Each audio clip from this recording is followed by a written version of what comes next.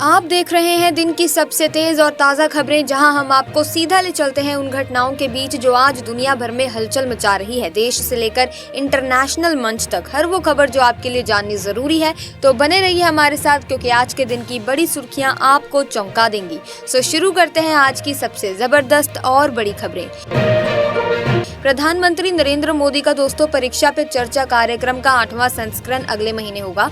इस कार्यक्रम का पंजीकरण पहले ही शुरू हो चुका है और ये 14 जनवरी तक MyGov प्लेटफॉर्म पर जारी रहेगा। इसका उद्देश्य विद्यार्थियों, शिक्षकों और अभिभावकों को परीक्षा के तनाव को कम करने और जीवन को उत्सव की तरह मनाने के लिए प्रोत्साहित करना है। साथ ही हाल ही में एक रिपोर्ट आई है जिसमें बताया गया है कि पश्चिम बंगाल और बिहार के पानी में सबसे ज्यादा आर्सेनिक पाया जा रहा है। इस आर्सेनिक की वजह से सिर्फ पानी ही नहीं बल्कि फसलें भी प्रभावित हो रही हैं। जब हम उन फसलों को खाते हैं तो आर्सेनिक हमारे शरीर में पहुंच रहा है। केंद्र सरकार ने NGT को इस बारे में जानकारी दी है। खास तौर पर चावलों में आर्सेनिक का मामला काफी गंभीर है। इस पर NGT ने सरकार से जवाब भी मांगा था। वहीं राजस्थान रॉयल्स ने जयपुर में एक नया अत्याधुनिक ग्रीनफील्ड स्टेडियम बनाने का फैसला किया है। इस प्रोजेक्ट में 1000 करोड़ रुपए से ज्यादा का निवेश होगा। ये स्टेडियम सिर्फ क्रिकेट के लिए नहीं बल्कि अन्य खेलों के लिए भी शानदार सुविधाएं प्रदान करेगा। राजस्थान सरकार और राजस्थान रॉयल्स ने इस महत्वाकांक्षी परियोजना पर समझौता किया है और अब ये जल्द ही एक स्पोर्ट्स हब बनने जा रहा है।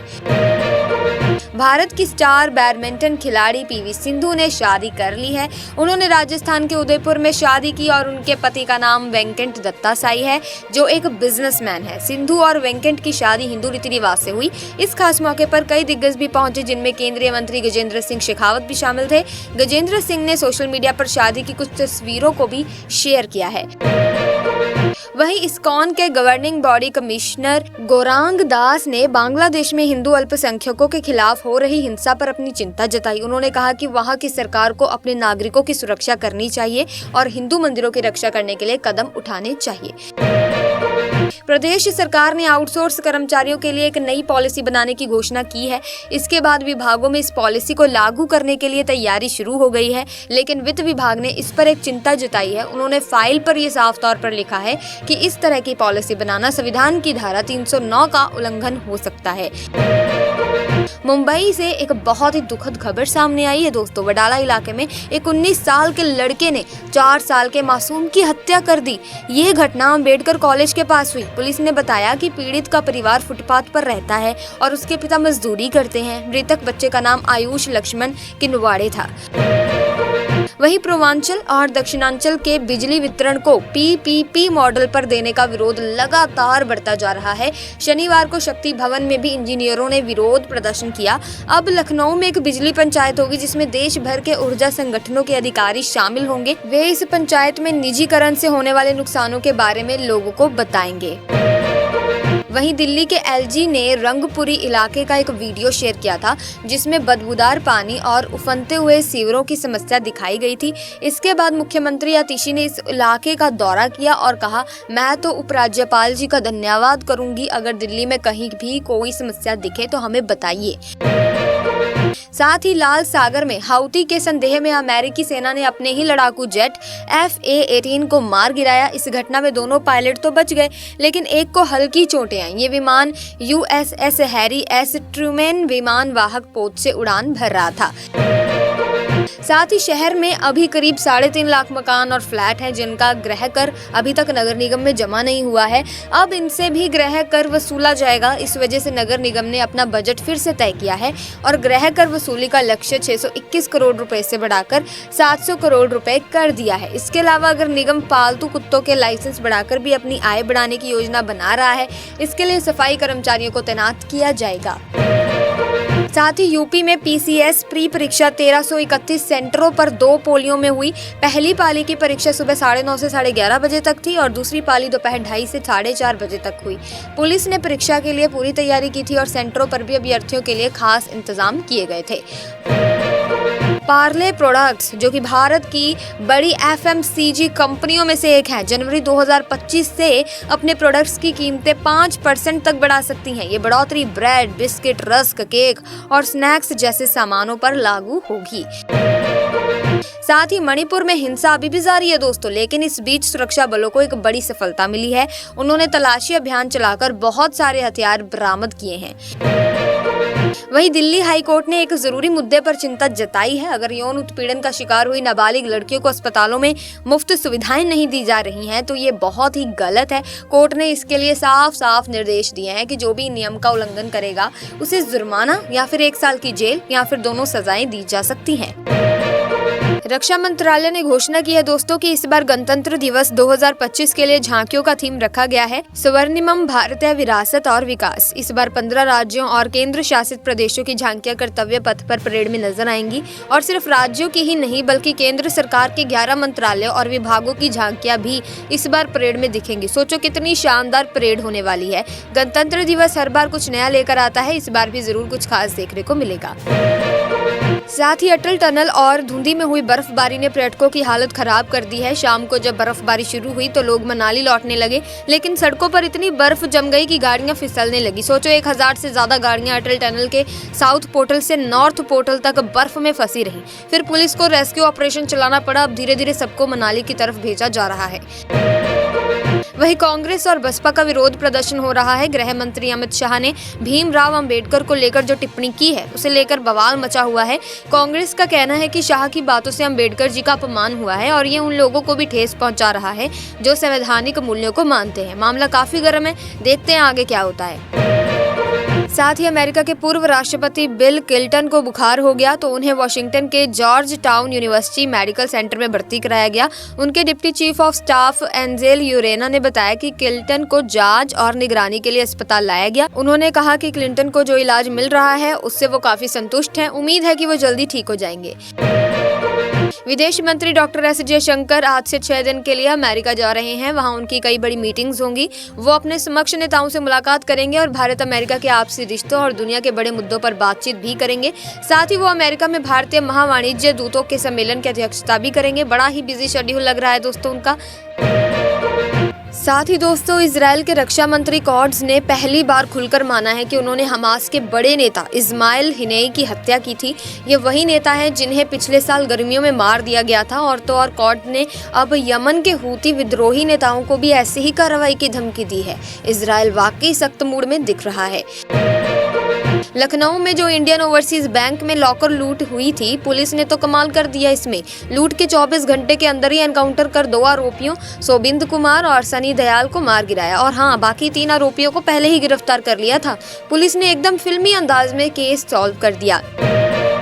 साथ ही दिल्ली में चुनाव करीब आते ही राजनीति में गहमा गहमी बढ़ गई है। आम आदमी पार्टी की सरकार और उपराज्यपाल वीके सक्सेना के बीच तकरार तेज हो गई है। उपराज्यपाल अब अलग अलग इलाकों में दौरे कर रहे हैं और वहां की बुनियादी सुविधाओं की कमियों को उजागर कर रहे हैं। मतलब चुनाव से पहले दोनों तरफ से सियासी दांवपेच जमकर खेले जा रहे हैं। अभी हाल ही में दोस्तों एनआईए ने खालिस्तानी आतंकवादी लखबीर सिंह और गैंगस्टर बचित्तर सिंह के एक बड़े साथी जतिंदर सिंह को मुंबई से गिरफ्तार किया। ये गिरफ्तारी आतंकवादी बब्बर खालसा इंटरनेशनल नाम के एक प्रतिबंधित संगठन का सदस्य है जो लखबीर ने विदेश में बैठकर शुरू किया था। एनआईए का कहना है कि जतिंदर सिंह पंजाब में लखबीर और बचित्तर सिंह के लिए हथियारों की सप्लाई कर रहा था। एक तरह से ये आतंकी संगठन पंजाब में आतंक फैलाने की साजिश रच रहे थे। इसी के साथ केंद्र सरकार और एशियाई विकास बैंक ने मिलकर $500 मिलियन का ऋण लिया है जो खास तौर पर देश में हरित और टिकाऊ बुनियादी ढांचा परियोजनाओं के लिए होगा। वित्त मंत्रालय ने बताया कि ये loan Bharat infrastructure finance company limited को संप्रभु गारंटी के साथ दिया जाएगा। इसका मुख्य उद्देश्य जलवायु से संबंधित भारत की प्रतिबद्धताओं को पूरा करना है। मौसम विभाग ने आज हिमाचल प्रदेश, जम्मू कश्मीर, लद्दाख, पंजाब, हरियाणा और चंडीगढ़ में शीतलहर का पूर्वानुमान जारी किया है। इसके अलावा तटीय आंध्र प्रदेश, तमिलनाडु, कराईकल, पुडुचेरी और ओडिशा में अगले 2 दिनों तक हल्की बारिश हो सकती है। उत्तर प्रदेश, ओडिशा, हिमाचल प्रदेश और राजस्थान में सुबह और देर रात घना कोहरा देखने को मिल सकता है।